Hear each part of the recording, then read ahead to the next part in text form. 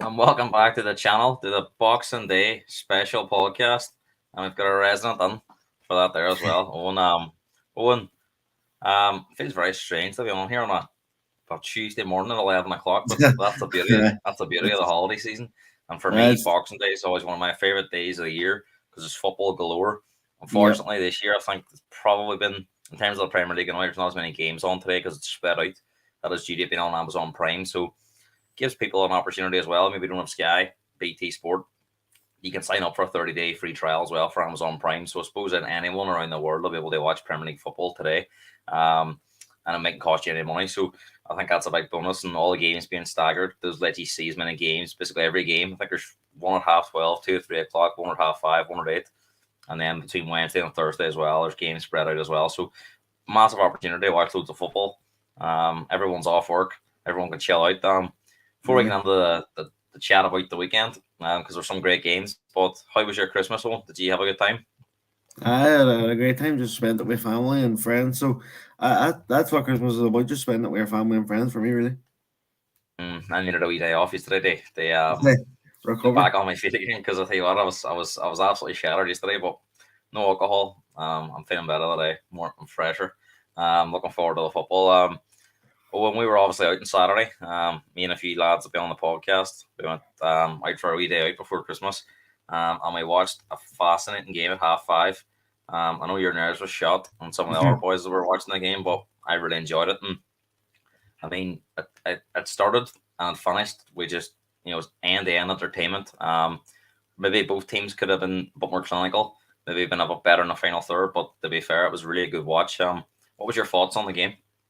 I mean, when it first started, when Arsenal went 1-0 within 3 minutes, I was like, "Nah, we're bit here." Like I thought once Arsenal scored, I thought they were just going to come at us and batter us. But to be fair, after Arsenal scored, I thought we were the better team up until we scored, and obviously, in my opinion, we should have had a stonewall penalty, which wasn't given. But we scored. We scored then, not too long after that. But I think, as you say, both teams should have been more clinical. Obviously, going. I thought when Trent was one-on-one with Ray, I thought that was the winner, but he hit the bar, unfortunately. And for a player like him, you would bank on him to score like that because he's one of the best strikers of a ball. But I think it might have bobbled up first, so he didn't get a clean hit. But still, he should be scoring from there for me.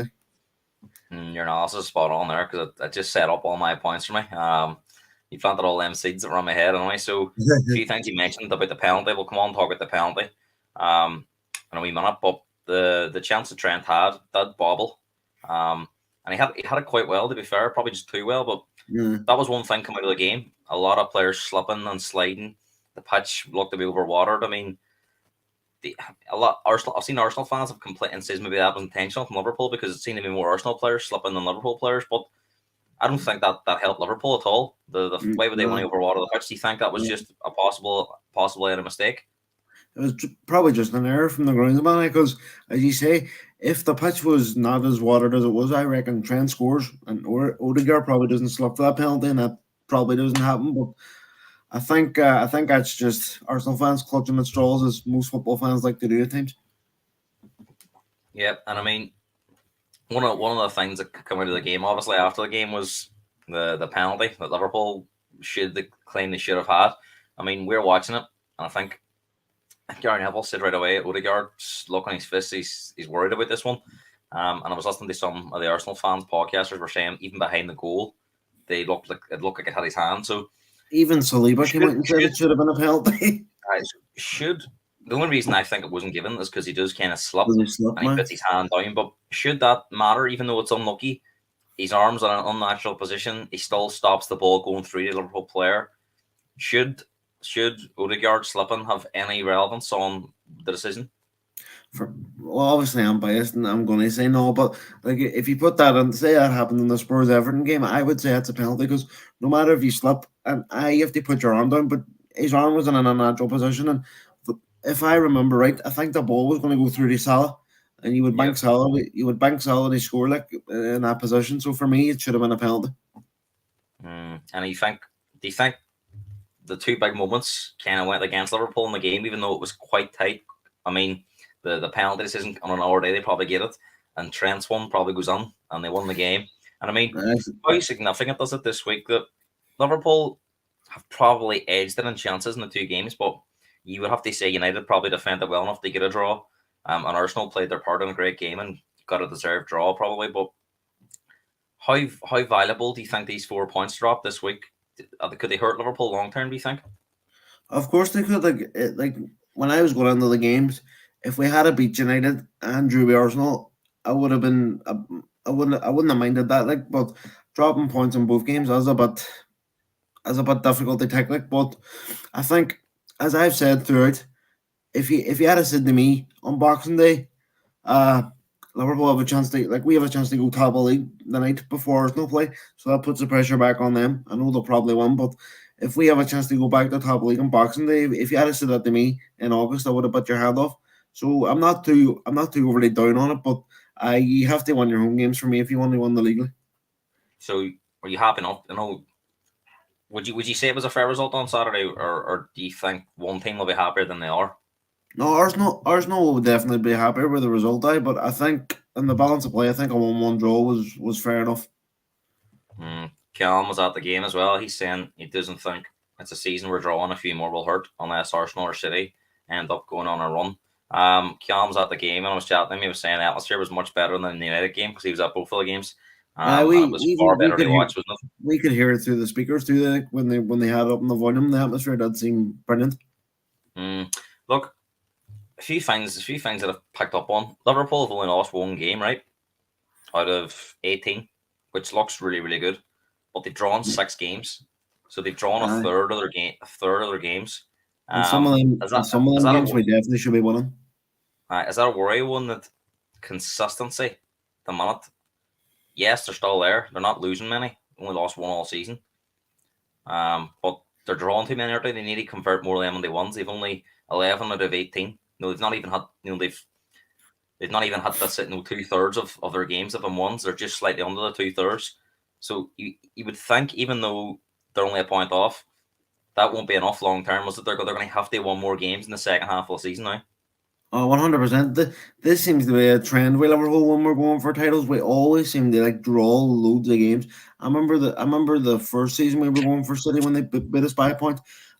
We drew with Leicester at home. I think I don't know who it was, but I think we drew with Burnley or something. So we always seem to pick up. You see, in this season we've already drawn with Luton, and we were very lucky not to lose that game, to be honest.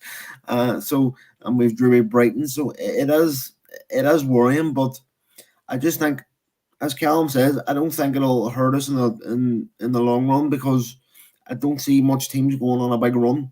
I could see West Ham going the Arsenal and getting a result. It's that type of season. Who would have said Luton would beat Newcastle at the weekend? Well, I mean, Sheffield we're 1 minute away from the bottom 3 all winning the weekend, and we're going to speak about that because we don't speak about the bottom 3 quite often, but I think it's going to be important to speak about that today. Liverpool's strengths have always been goals, attack, front 3. That this season that hasn't been their one. Maybe in certain games, but definitely in the last run of games, it seems to be if Salah or Trent doesn't score, it's hard to see where a goal is coming from. At the minute you would say Trent's the second most likely player to score on the team. And he was very unlucky. I think it's just one of them things. It's bobbled up and he's connected with it really well. And I mean, it's thundered off a crossbar. If he had scuffed it slightly, it might have been done. It was one of them ones. I don't think you can blame Trent too much for that. And he was very good again on Saturday. And it begs that question again: where does he play? I'm going to ask you again before we come off. But I mean, why do you think this front three's not firing the way it used to be? Even one thing I think Carragher picked up on was not just the goals; it's the lack of link play. The decision making in the final third's not there. They're not creating enough chances for them players. So, what do you think that's down to? And is there an over-reliance on Salah? I mean, of course, there's an over-reliance on Salah. He's probably, for me, he's the best player in the league. At the minute, out of who's fit. When De Bruyne comes back, that could be a different story, which scares me. But we'll get on to that. It's hard to say why we're not clicking. As we were talking about on Saturday, when Diaz first came on, he was electric. He was beating men. He was He was assistant. He was score. He was Because scored. one thing that we sort of thought at the start of the season was Liverpool may have to shoot their way to the Premier League, but they've actually got the joint best defence in the league. They're not at the Yeah, minute. They're not putting, especially in this last run of games. I know maybe towards the start of the season they were scoring more goals, but recently a lot of their games, if it's had to be workmanlike ones, beating Palace 2-1. Sheffield United was 1-0 right up to the 94th, 95th minute when they get the yeah. second goal. Fulham was a bit of a mad game, a 4-3, but again, it was another workmanlike performance. Probably the one game this year where the defence was really poor. But, they've only conceded 16 goals, which is the same as Arsenal. And it's been the lack of goals recently, 0-0 against Man United, 1-1 against Arsenal. If Liverpool had them on fire, and you would have fancied them, they won this games. And do you think that's maybe why this year the defence isn't getting the credit it deserves? Because maybe in the past, people have been saying, no, the defence isn't great, but the defence hasn't done much wrong this year. Over the last 4 or 5 games, it's been down to the attack why Liverpool haven't got more points. Which is strange as you say, because it's normally all right. But we know, like I've seen this in games seasons gone by. We've scored 3-4 a game, like every other game. But I don't know. It's hard to put your finger on it. Obviously, Nunez has gone on a run of 11 games now without a goal, which is not good for a striker. But it has defense, not has defense, but it's not just him. Gakpo hasn't scored much, and Diaz hasn't scored. To be honest, I think we're missing Jota a lot. I think when Jota comes back, I think he's a big reason for the Lincoln play, because he's that type of player. He can bring players into play. He's a very underrated player. But I would, if Jota was coming through on goal, I would put my house on it, him scoring. So the sooner he gets back, the better. Because I think when he gets back, I would put him as our starting striker with Nunez on the left wing. That's the way I would do it. Interesting, because there's a few ways he can go. But you did mention something there now. And again, you've teed me up nicely. Darwin strikes out again. I think that might be 12 games now. I'm not sure if it's after the weekend. It's 12, maybe 12. You could be right. 11. It's 11, 12 anyway. It doesn't really matter. Just good for a striker. It's And he started a lot. He started a lot of them games. That was his first time he was dropped, as I said here on Saturday. Klopp might say it's rotation, but for me, he was dropped because it's a big game against your rivals. You always play your strongest team. I mean, you're one big advocate of Nunez. Kieran, who was sitting with us on Saturday, has been another advocate of Nunez and backed him for fucking fun. But even he said, and you agreed, that patience is starting to wear thin. I think Callum says he would give it to the end of the season. And if it's not happened then, we're going to have to look at that position. And I was listening to Jamie Carragher and Gary Neville's podcast after the game on Saturday. And they said that if Diaz wasn't to come good between now and the summer, they feel that they would definitely upgrade on that left side. So, I mean, where do you stand on it with Nunez and the likes of Diaz? I mean, do they, is that a position now in the summer where Liverpool are going to have to go and look to sign more players? I mean, I think regardless of Diaz and Nunez, I think we need another attacker anyway, because Jota's very injury prone. Nunez has been in and out with injuries at times, and Gakpo's never been really injured. But I think we do need to look at it, because like when you have a striker who's 11, 12 games without a goal, like it's not sustainable if you want to win the big trophies. And don't get me wrong, I love Nunez and I have, but I'm not saying I'm not backing him, but he needs to start showing more for me, because as you say, I'm one of his biggest advocates, but it's getting a bit, it is wearing thin a bit. But when you listen to the crowd, like the live crowd that are there in Anfield, like the people in the stadium, they never turn on him. They always sing his name. So it's like a cult hero in a way, if you know what I mean. But like, how long can that sustain itself for though? If Liverpool start dropping more points because he's missing chances or Diaz isn't, they're going to look for someone to blame eventually, aren't they? But I think no matter what happens from now to the end of the season, we have to, whether Nunez or Diaz or whoever scores 10, 12 goals between now and the end of the season, no matter what happens, I think it's a position we have to look at, along with centre back and CDM for me. So I think I don't think it'll be a busy January for Liverpool, unfortunately. Maybe one come in, but I think in the summer we'll have a busy summer for definite. I think with the injury to Shimikas, the left back is going to be a priority now, because they haven't got a left back, and I think long term, right footer playing at left back doesn't it will cost you in game. I think especially games like today, we're going to dominate the ball. Gomez is going to come on side a lot, so that overlaps on the left's not going to be there, stuff like that, and it's not Gomez's fault. And I actually think the credit Gomez has done pretty well since he's come on the games this year. We do have a left back, but he's a young lad, like, so I wouldn't throw him on. He's not Yeah, experienced enough. And I Callum's, swear, Callum's see the day that Gomez gets his first Premier League goal, the stadium's going to erupt. I thought he got it on Saturday. Callum says he called the defence being all the way back before the Spurs game. Well, I do think, well, to be he makes a fair, good point. I'm going to give a shout out to Endo here, because I like, I'm not one of his. He's been I wasn't done one well of the last couple of games. I wasn't one of his biggest fans when he came on, because when you go from Caicedo to Endo, it's a bit of a. But I think he's starting to settle, and I think he's starting to get the grips with English football. I still think we need an upgrade, but for now to the end of the season, like, I wouldn't be too disappointed with him on there. Like. I mean, where does that leave us now? Arsenal are top of the league, only 1 point clear of Liverpool, who could go to the top league today if they beat Burnley at 5:30.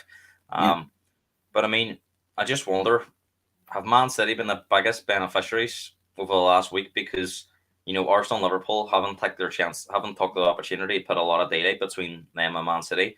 Man City are 6 points behind Arsenal with a game in hand at home to Brentford. I mean, some Arsenal fans have said they're the new favourites after going to Anfield and proving they could compete, and they didn't give away loads of chances. But I mean, for me, they're still a striker short. I think Jesus, he's very much like a Bobby Firmino type of player. And people will point the strikers need to score more goals, and you could be right. But I mean, as Gary Neville and Jamie Carragher pointed out on their podcast, Firmino didn't score a goal at Anfield the year Liverpool won the league, because he had players right and left in that were scoring crazy amounts of goals. And you had Jota coming in as well and scoring goals at that time. So it's not the be all and end all, but the problem Arsenal have is Saka and Martinelli aren't the type that they aren't going to get the Salah Mane numbers. So if Arsenal sign a top striker, do they overtake Man City as favourites, or do you still see Man City as the team to beat? I'm still saying Man City, because I know he's one player, but when De Bruyne comes back, I think they could be a completely different team. But then again, he could come back and have a recurrence of his injury, because he is pretty injury prone at this point. And when you're coming back off 4 or 5 months out, it is hard to get to the rhythm of things. And who's to say Man City won't go and drop points at Everton or Brentford? Like, they're not firing on all cylinders either. But this is sort of the time of the year where Man City sort of kick into gear. So do you think the Club World Cup will give them a boost? And the fact the team, when they've been away, haven't stretched away from them. That could be a big momentum booster. Like, I was reading that Arsenal or Liverpool could have been up to 12 points clear by the time they played Everton tomorrow night. Now West Ham obviously don't. Arsenal play West Ham after Man City, so if Liverpool won, they would be they're 5 clear now, aren't they? 4, I think. 8. 4 or 5. 5. So if they were to won today, they would be 8 clear, but it would be 2 games in hand, whereas they could have been 12 clear. So whatever way you look at it, even if Liverpool won today, there's still been missed opportunities, because obviously Liverpool drew 2 games in a row. I mean, I personally think it gives them a big boost, but if it would still, for me, I'm still seeing Arsenal and possibly Liverpool, because Man City haven't shown enough this season to suggest they're going to go on that run. But if they were to go to Everton and win, especially after how I've seen Everton play against Spurs on Saturday, and we'll speak about that game in a few minutes' time, but that would be a very impressive result to go there and would beat Everton on what we've seen Everton of recently.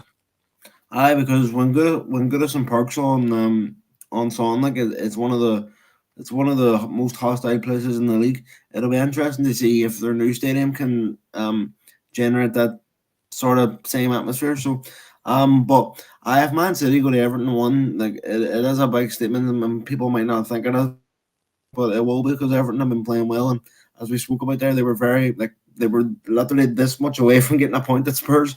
So it's I think they were trying. I mean, I think even that point, they probably would have been thinking they could have won it, but we're definitely value for a point. They could have been value for all 3, to be honest. But it'll be interesting to see. It'll be interesting to see if Arsenal do go and sign a top striker, because the only one I can think of is Ivan Toney, and you're going to pay you're going to have to pay what I think the Brentford director came out the other day and said 70, 80 million, and I would not be paying that for Ivan Toney Do coming you off a think ban. Arsenal will? Do you think closing thoughts on Liverpool and Arsenal? Do you think Arsenal will sign in January?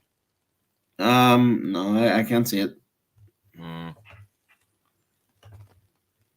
We're going to Stefan's on online. Happy Christmas, Stefan. Boxing Day today. Not here Honestly, we we're go. going to destroy you at the Emirates. Yeah, we'll see. um, You said he said Joe Gomez was one of the reasons Arsenal was going to win, sure, and he played well when he came on. So, Final thoughts. Who finishes higher, Liverpool or Arsenal? um, it's tight, like, but I'm going to back my boys. I'm going to back my boys. Liverpool. I mean, the day started off on Saturday with West Ham beat Man United, which wasn't a big shock. I mean, I think me, Stefan, and Callum all predicted West Ham they won on the podcast on Friday night. Tells you how far United have fallen. That every one of us, I think even Callum's is 3-0, and Stefan sort of joked a wee bit, thinking it won't that much, but West Ham won 2-0, and it was a counter. West Ham didn't even play that well. They took their No. chances, but United again, no goal. And it's for 4 games. Then we're going to speak about that. But I mean, my dad said to me on Saturday he thinks that could have been it. I think what's probably saved him is the takeover talk in the background, which we'll speak about as well, and the fact that there's such a quick turnaround between the game on Saturday and the game today. And Villa at home will be a difficult game for a manager to come on the anyway. So, do you get the feeling now that it's almost when and not if it goes, because it just looks like there's nothing there anymore. You know, the players they look devoid of ideas. Every game's the same. The Champions League, you know, how they were in the Champions League was shocking. And I mean, if there's no evidence to suggest it's going to get any better under Ten Hag. So, do you feel that he has a dead man walking now? I like even he look. It came out the other day after the game. I think I don't know if you've seen it, but he came out the other day and said they played well. And I was He like, said that numerous times this nah, season when they I haven't seen haven't. what he's seen. I get. It's probably saying that just to protect his players, really. But like they haven't. I don't think they've played well in a game this year, even when they've won. But I do think if Villa beat them today, like, and with this takeover being well, not fully completed because it has to go through the Premier League and that'll take a couple of months, I think. But with this takeover being 99% done, and we've already seen the rumors of the boys that are coming in now, like and Graham Potter. So I think if he loses to Villa, there will be a big conversation they had. Well, that was my next question, D. I mean, it's 4 games without a goal. I think their last goal came against Chelsea, which was in the middle of December. Sorry, it started December, I think. Started December, something like that, anyway. And you know they haven't created a lot of chances in them 4 games. I've seen the stats on Match all day. Something like Hoyland's received 6 passes in the last 4 games from the 2 players either side of him, which was crazy. You know, I think Alan Shearer says you should be getting that minimum per game, not over a period of 4 or 5 games. I mean, who do you see as the favourites for that game today? Because Villa haven't been as great away from home. You know, we've seen United with the perfect game for them was kind of like Chelsea. When Chelsea came and opened up, Villa, you would imagine, will do the same. They'll open up, you know, so United won't be facing like a West Ham low block. And they, as you say, they haven't played well in many games this year, but the best performance in the league was probably against Chelsea. Now, I think Villa's a much better side than Chelsea. But this could be the type of game that they need. That might be a bit more open, and maybe they'll suit them. I don't know how you see it. To be honest, I think it has a draw written all over it. Kieran saying he's on borrowed time.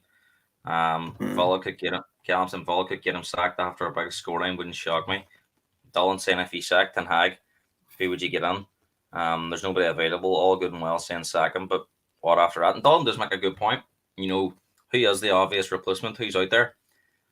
But I think just why let something go on if it's not going to work anyway? You're just delaying the inevitable. I don't know. It's sort of like, I'll use an analogy. It's sort of like being in a relationship where you know it's going nowhere. So why stick with it? Just until you get somebody else better. That's only the way I can think of it. Definitely, mark my words, Hoyland will be in Lonely Roma next summer and Garnacho at Real Betis. And Garnacho's suffering a wee bit after that great goal he scored. It's just the I pressure.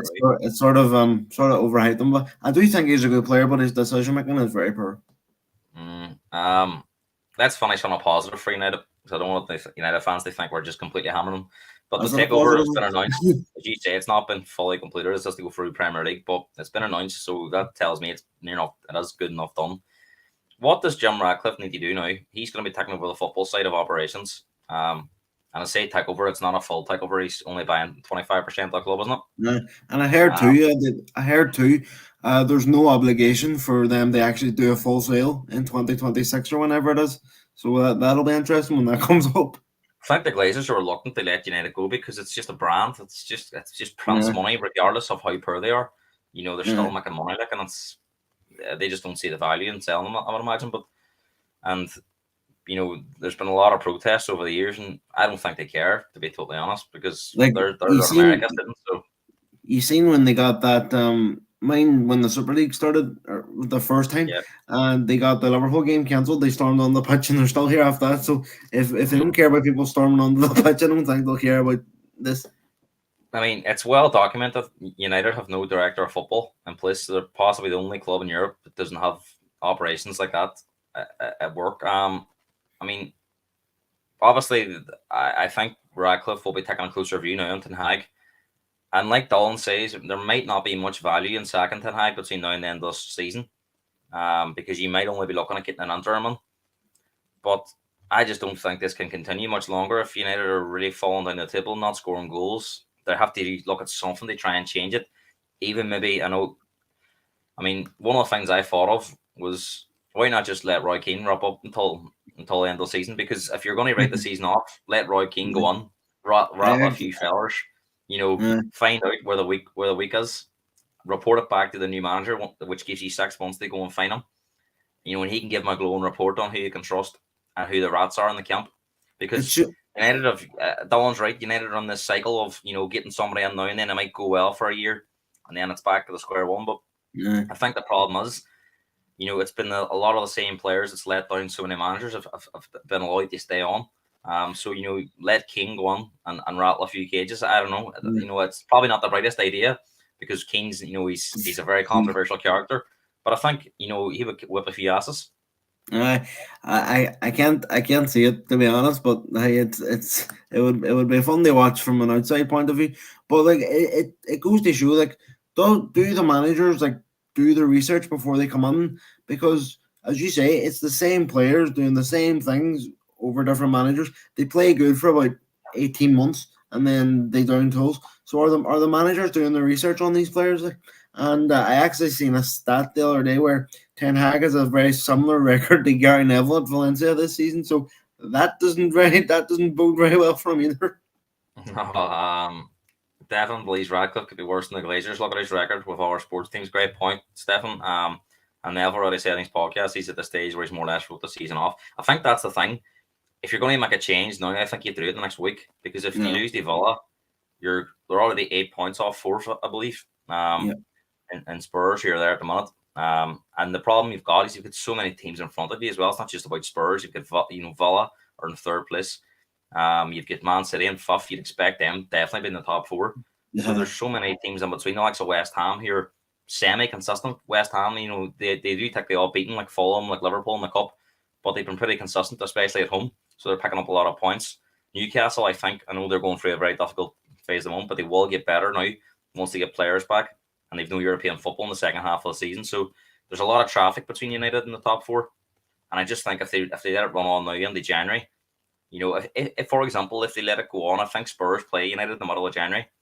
If they really Yeah. lose the if they really lose the Villa today, lose the Forest, because Forest away it'll be difficult now because they're scrapping for their life. We'll speak about the relegation battle. But if they lose the Spurs, then I just don't see how they would be able to claw the points back, because they could be sitting maybe 12, 13 points off. And I I just don't see that being, even if Spurs really drop like a stone, say, there'll be teams better placed than United to take advantage of that. So I just think if they're going to make a change, it has to happen now in the next week. How about you? I no, I agree. I can't see them getting Champions League. Like I think United's best bet this season could probably be Europa League or Conference League, and they don't want to win either of them competitions. But it's just we come on here people come on here, I come on here and say like United are they're one good result away from people saying, "Oh, we're back, we're the best," and then we're in the opposite. Then it's just the whole club's a crisis. But I just think for in the whole Glazer tenure, I don't think United fans wanted them to start with, and it's just not been great since then.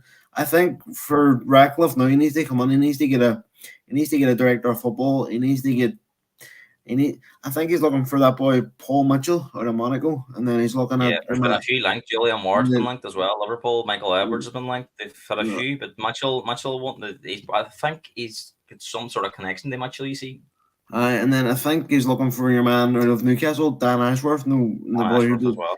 So they've been, and Well, they're then all there's impressive people. I hope they don't get Julian Ward or Michael Edwards. That would break my heart. I'll let Dawn have the final word on this because he's a United fan. So he says no point sacking him. Let him get his players back from injury and try to save the season. A new manager won't do any better. And look, Dawn, I can see why you think that. So we'll let Dawn have the final word on it. It's great to see so many people involved on Boxing Day. Hopefully we're getting you set up for the football today. Let's look back at the rest of the weekend, though. Because it was, it started way back on Thursday night. Crystal Palace, Brighton, and the M26 derby finished 1-1.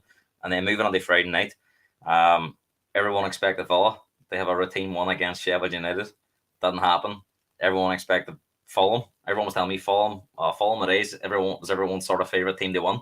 And Burnley shocked them. It ended 3-0 in the end, didn't it? 2-0.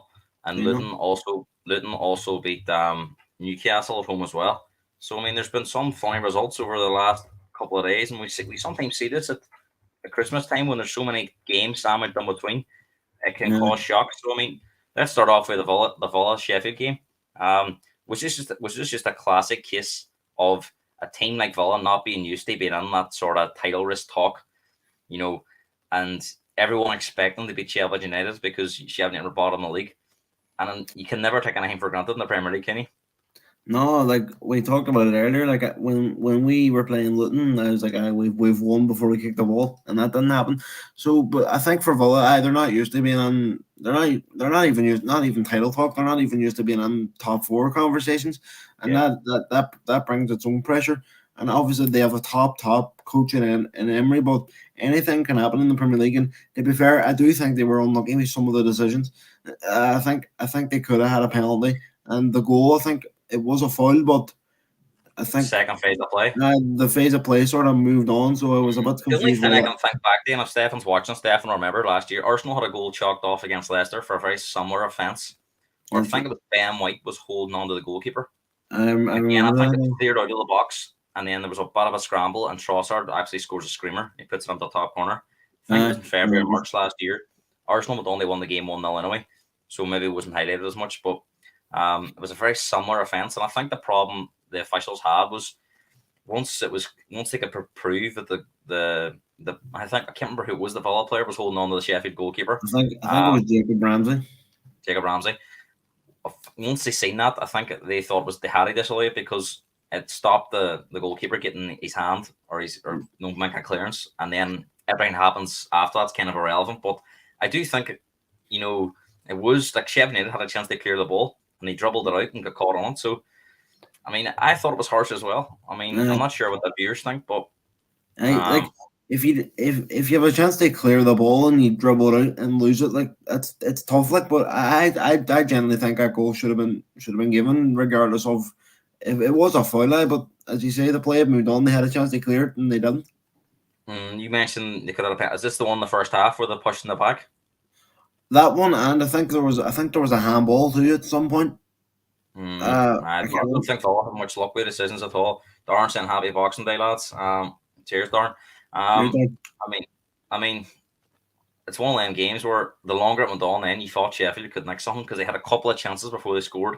Then they get the goal, and then I seen the 9 minutes going up, 11 minutes. It was 11 minutes out of time, was it?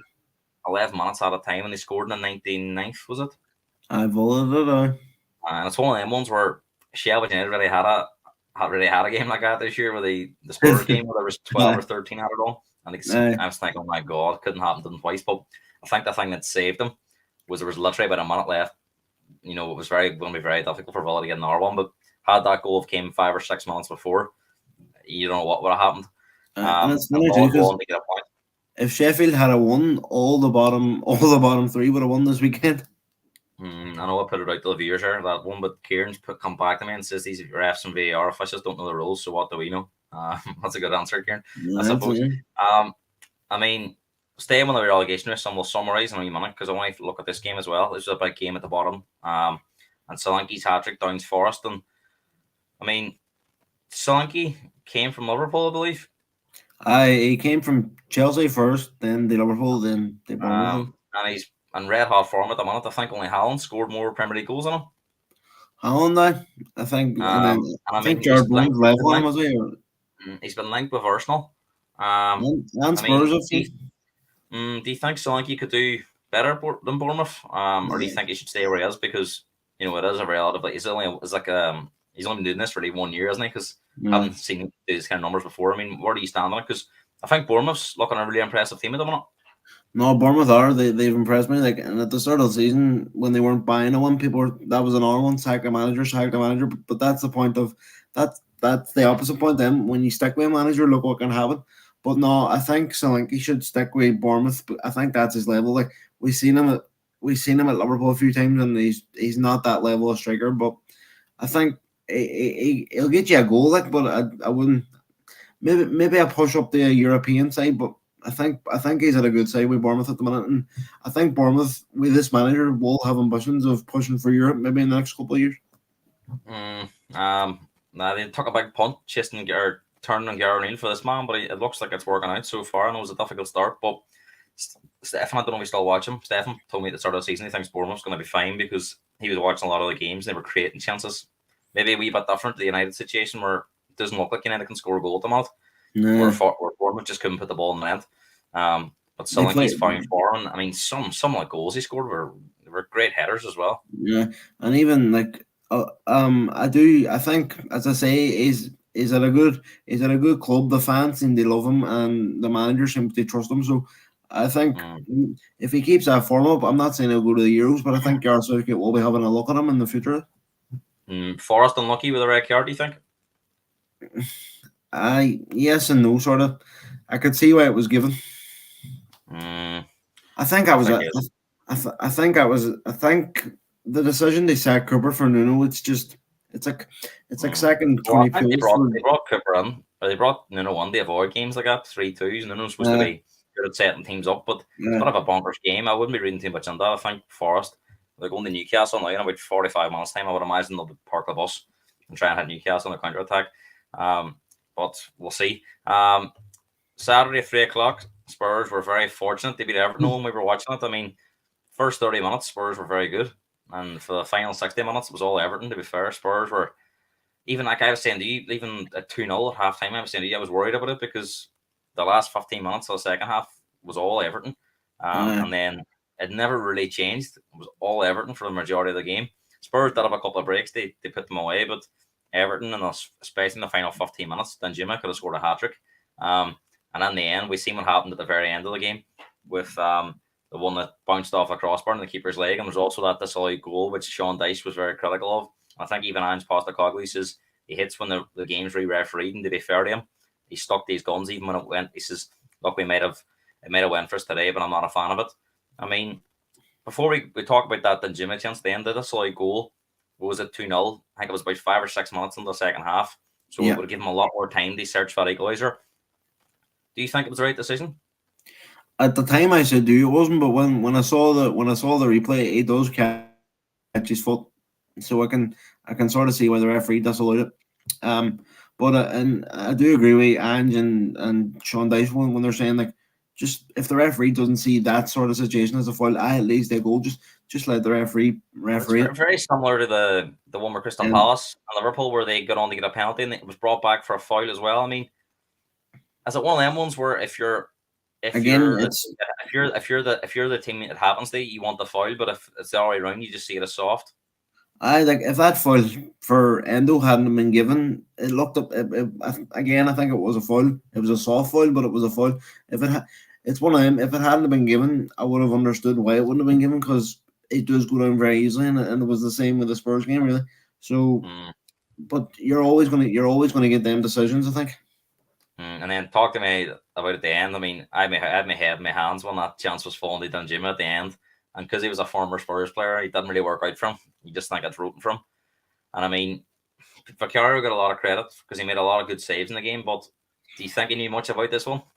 No, it sort of just points off his knee, like, Mm, but it's the his hey goalkeepers are there to get lucky at times too. But the one that I just can't believe it didn't go over the line. The one that mm, didn't go over the line was just that incredible. I knew at James that is point. saying Spurs are burning themselves out. They never have enough energy for the end of the match. I mean, that's starting to look like an issue now. They're starting games quite well, and because there's so many injuries, so many suspensions, they've got very little on the bench to change games. We've seen Spurs play that second half with 7 of their starting 11 missing. They Sort were of like missing. Newcastle was not against Spurs. They Well, sort they of were missing three. They were missing 3 of the back 4. uh, 2 of their midfield 3. Madison was also missing as well. have you heard anything You know, about Romero? Is he injured or is he grand? well, Or I'm hearing that it ain't too bad, but I think it was more of a precaution. They're uh, very short. I mean, the Spurs need to go into the market in January because they're down to the bare bones now. they definitely need to go. I think they need to get a centre back, and we've seen them link with your man Tadebo from France. Mm. I don't know much about him to be fair, but I've seen a few teams like United and Spurs seem to be the ones heavily linked. But I think if it's a choice between United and Spurs at the minute, it's only one option. Mm. And then we had the Christmas Eve football on Sunday, and I really enjoyed this game. I thought it was a great watch. Wolves they beat With Chelsea and Christmas Eve entertainer. Um, and I think it was very entertaining. There should have been a lot more goals in this game. But it was a great watch, and Chelsea just shoot themselves in the foot time and time again. I mean, is that the reason Liverpool fans and Man City fans get for shit at with Sterling? Clean through and goal. He's got 2 players that he's right, and he takes it on himself. His decision making really lets him down at times. He's probably been one of Chelsea's best players this season. But I yeah, mean, if he rolls that the Palmer, or I think it might have been Jackson beside him, they have a free chance at goal. And in the end, Chelsea go on to lose the game. And he wasn't the only one that missed chances. There was a lot of missed chances in the game. But I mean, I think Pochettino was right. Chelsea are shooting themselves in the foot. no, they definitely are, and as you say, whoever it was that Sterling was beside Sterling, like you have to roll that in, like when you know that that's going to be a guaranteed goal. Well, you don't know, but it's 99% a goal, like. But with Yeah. it, and then there was a lot of like defensive mistakes too in the game. It just seemed like It was chaotic, wasn't it? from both sides, like Wolves were making mistakes at times, Chelsea were, which made it a good watch as a neutral. And then I think when I thought Mario Lamina was very good, I thought he was very good. And He surprised me this season. He's been uh, excellent. and then obviously he scored against Spurs too, didn't he? If I remember right. He got I had to get that in there. No, he opened the scoring, and then when Wolves made it 3-0, then you thought that was over. But and Kunku pops up with a goal, and I actually thought Chelsea were going to go on and get a point, but they didn't. But again, we talk about Ten Hag being under pressure. Pochettino has to be on, and well, I know he's in a cup semi final. Well, he's more than likely going to be in a Carabao Cup final, but like it's just Chelsea fans, and I've seen a lot of Chelsea fans now online turn on. James is saying, do you think a top manager will be sacked before the end of the year? We'll throw out the Ewan. I Well, mean, I think he's depends referring to who. Ten Hag or Pochettino. Well, do you see them as top managers? That's my point. I think he like, means maybe at a top club making a change. um, I, I think the problem that Chelsea have now is they're just so far off that top 4 that I don't think there's no anybody can point. help them. I think it's I gone think already. if you're I think they're 14 points behind Spurs. Between Ten Hag and Pochettino, I think the more likely to go as Ten Hag because, as you say, Pochettino or Chelsea are they're not getting top 4. And to be fair, as I said, they're in a Carabao Cup semi final, most likely a final that they have a chance of winning. Which obviously I hope they don't, considering that Liverpool are hopefully going to I be in think there as well. it's funny because I think Chelsea are playing well in certain games and should be scoring more goals. I think a lot of the chances it's similar to Graham Potter where players are making crazy decisions, they're getting a lot of players sent off. They're making it really difficult for themselves. They're missing chances. And then the Um, book always falls with the manager, doesn't it? No matter what I'm player. just not sure at the minute until they get that striker situation sorted.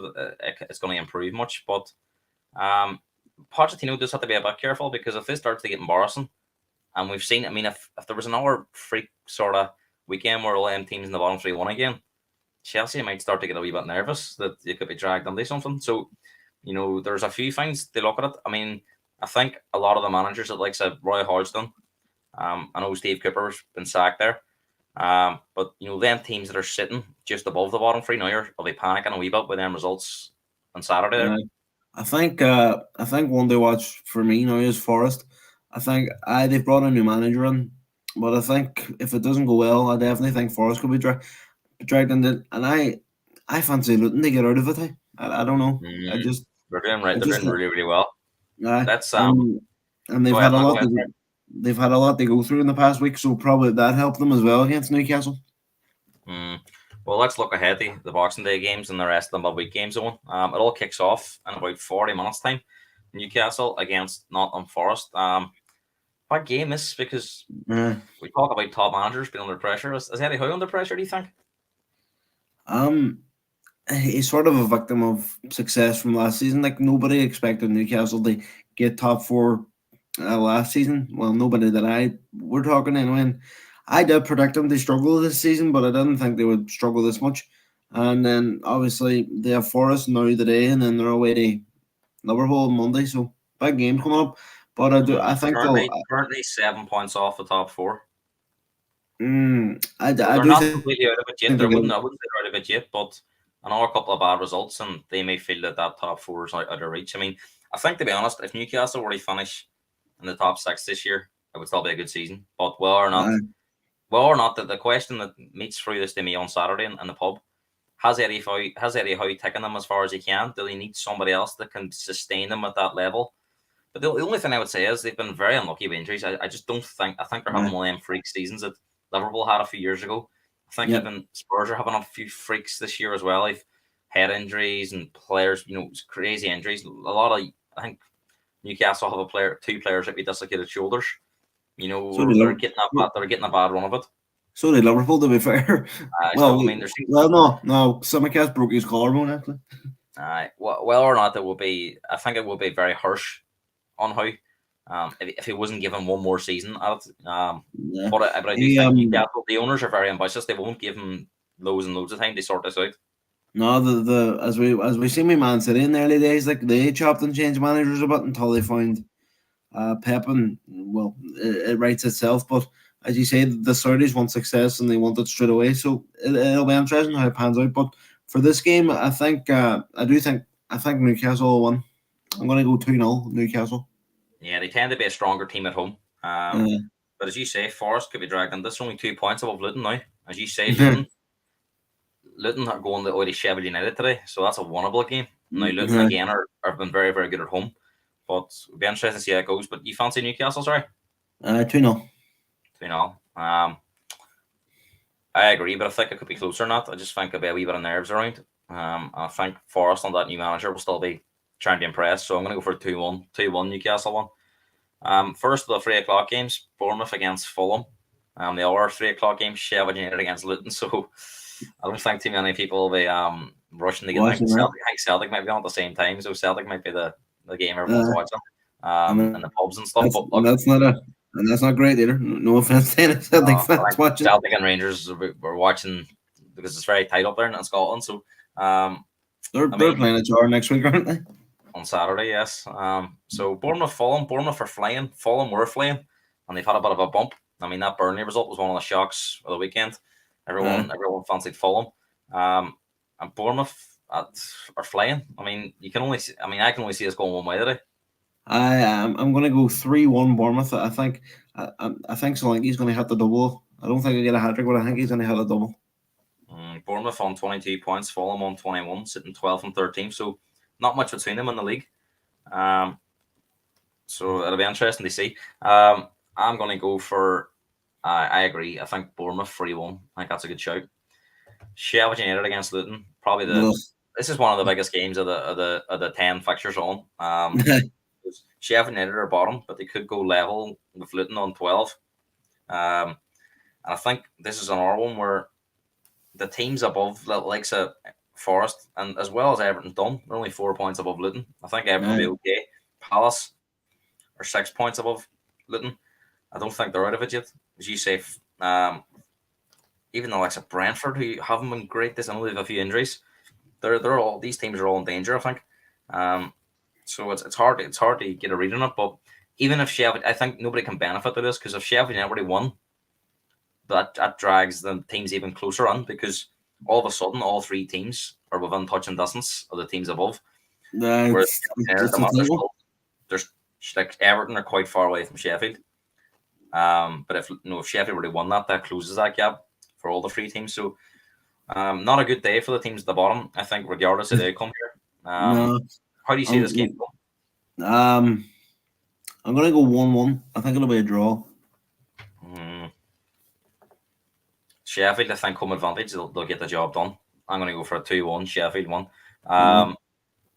5:30 Burnley Liverpool. And you just don't know, because you would have looked at this game a couple of weeks ago and thought banker for Liverpool away from home. Burnley've been dreadful at home, but they've actually picked up a good result away from home. But they have started to turn the tide a wee bit. They beat Sheffield 5-0 a few weeks ago as well. And all of a sudden, Burnley now are only 3 points away from the safety. And Liverpool haven't been firing all cylinders. Although it'll be interesting to see if Burnley employ the tactics they've been employing for most of the season, and if they open up, this might be the Liverpool connect. How do you see I it going don't. on? Well, I'm gonna go with Liverpool one, but I'm not gonna. It's not gonna be a high score, and I'm gonna go 2-0 Liverpool. I think Liverpool are going to have some joy today. Now, obviously, nothing surprises me in football. I just think Burnley, a bit of confidence, they're going to open up again, and I think that'll suit Liverpool. So I'm going to go for a 3-0 Liverpool This could one. be. This could be the game for Nunez Day. Had he stride maybe? If you're looking for Burnley, might open. I think they open up, especially with that one they got. The confidence will be high. Yep. Kieran's saying 4-0 to the Reds. James saying tough game. I think it's only a tough game if Liverpool make it a tough game for themselves. I think Yep. they're going to get plenty of chances. If they If miss we chances, they'll leave if we themselves. play the if we play the way we did after if we play the way we did after Arsenal scored from the start, I think it'll be a foregone conclusion that we won. Man United against Aston Villa at 8 o'clock. Huge game for both teams. Villa will want to make up for that result against Sheffield. United needs something to stop the rot.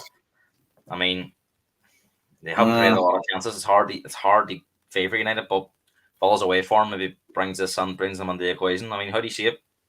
I said a draw earlier on, and I'm going to stick to it. I'm going to go. Ooh, I think it'll be a fun game. I'm going to go 2-2. 2-2. I think it's going to be the opposite. I think it's going to be very tight, but I just don't think both teams are going to go.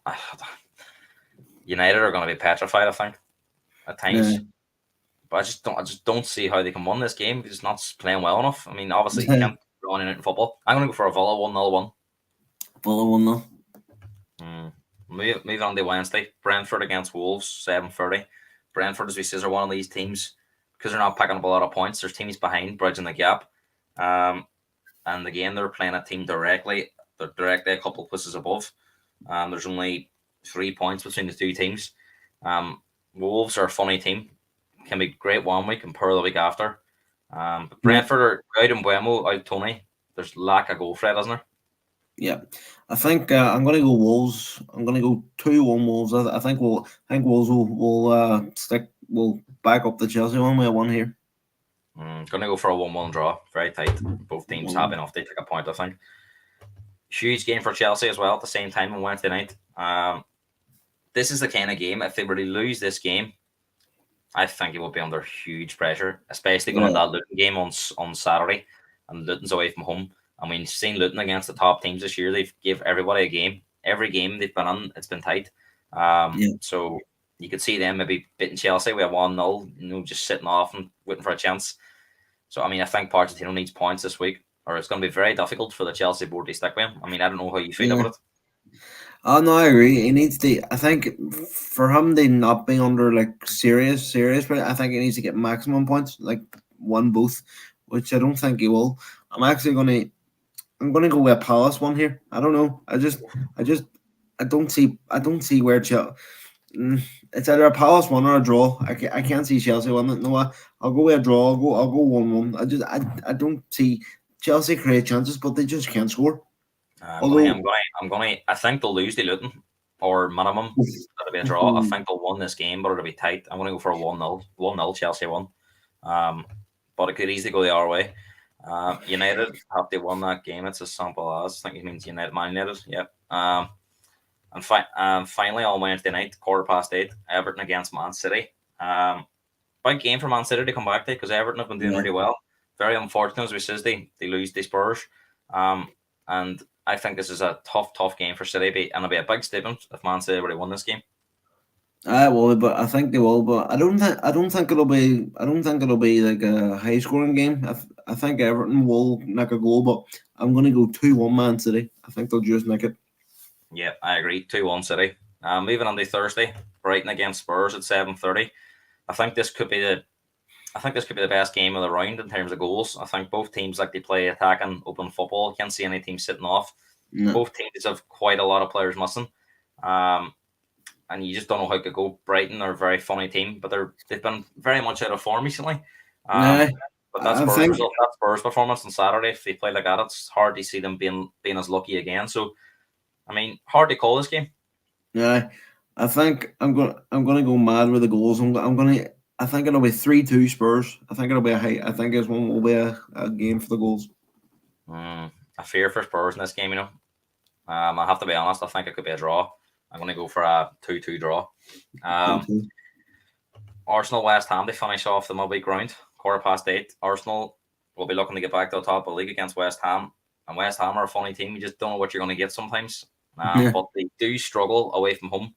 I think the Spurs one away from home, they struggle away from home against the big sides. Was their first one in 40, I think. And against the big six away from home. There has been draws in there, but they do. And like you've seen, even the Spurs game, they rubbed their luck in that game. So, I mean, I just think Arsenal at home will be too strong. I'm gonna go 3-0 Arsenal in this game. I'm gonna go 2-0. Owen, it's been a pleasure. Doing the Boxing Day podcast. No bother. Football now is only about 25 minutes away, so we will sit down and enjoy the rest of the day. Hope you have a really happy New Year. And all the listeners. You too. This may be the final podcast of 2023 because I'm not sure if I'll be able to do one this weekend because I'm going to London on Friday. So obviously the football don't finish till Thursday evening. You going to a Spurs game here? Me and Emily's going over for the weekend, but we're going to a game.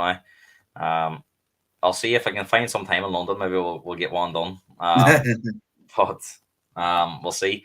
Honestly, it's been a pleasure having you on and some of the other viewers and guests that come on. It's been excellent. Really enjoyed it. So enjoy the football today. And you never know, Liverpool might be top of the league. Well, hopefully. If you're new around here, make sure to smash the like button, subscribe to the YouTube channel for more content in 2024. On top, man. Cheers, lad.